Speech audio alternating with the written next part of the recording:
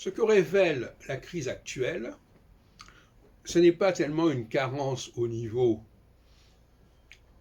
militaire, c'est une carence au niveau scientifique. C'est-à-dire que nous ne sommes pas capables de situer dans le temps ce qui se passe actuellement. Nous ne sommes pas capables de dire que la phase actuelle, elle a commencé à tel moment, elle va durer jusqu'à tel moment, et après il y aura une autre phase. Ça, c'est quelque chose qui est impensable. Et si c'est impensable, c'est parce que l'on a traité l'astrologie comme quelque chose de complètement secondaire, qui ne méritait pas de recherche, qui ne méritait pas qu'on mette des esprits relativement doués sur ce sujet. Et voilà où on en est. Donc c'est une faillite scientifique qui est en cours actuellement. On ne sait pas situer les choses. Premièrement, on ne sait pas les prévoir. Et deuxièmement, on ne sait pas combien de temps ça va durer. Alors, quand on ne peut ni prévoir, ni savoir comment les choses vont durer, ce qui est d'ailleurs lié, tout est lié évidemment, eh bien, on en est là. On tâtonne, on fait n'importe quoi, on prend des exemples qui n'ont rien à voir, on prend des références qui n'ont rien à voir avec la situation actuelle. Alors, je me répète, il y a un temps pour la socialité, c'est-à-dire où on respecte ce qui est là, la réalité historique. Ça, c'est la socialité. Et puis, il y a un temps où on veut dépasser cette réalité historique. Et où on accepte qu'elle prenne des formes nouvelles. Eh bien, c'est ce que j'ai dit dans une autre vidéo. Aujourd'hui, il faut respecter la réalité historique. Tout simplement.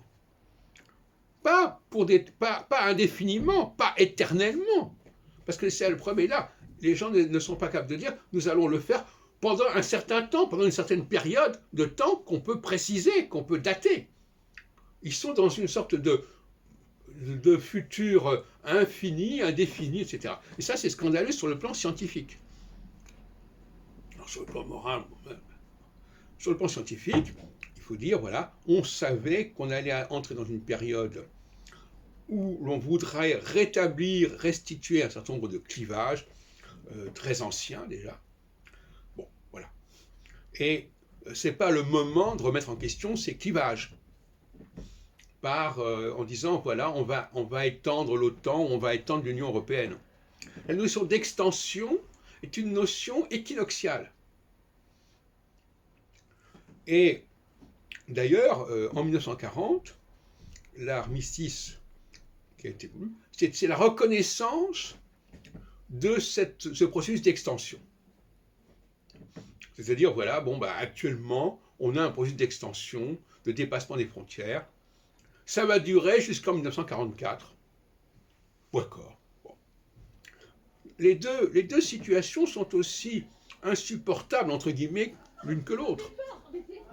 Que l'on veuille maintenir indéfiniment un statu quo ancien, ou que l'on veuille créer une nouvelle situation expansionniste, de toute façon, dans les deux cas, c'est voué à, non pas à l'échec, c'est voué à un temps limité, un temps circonscrit.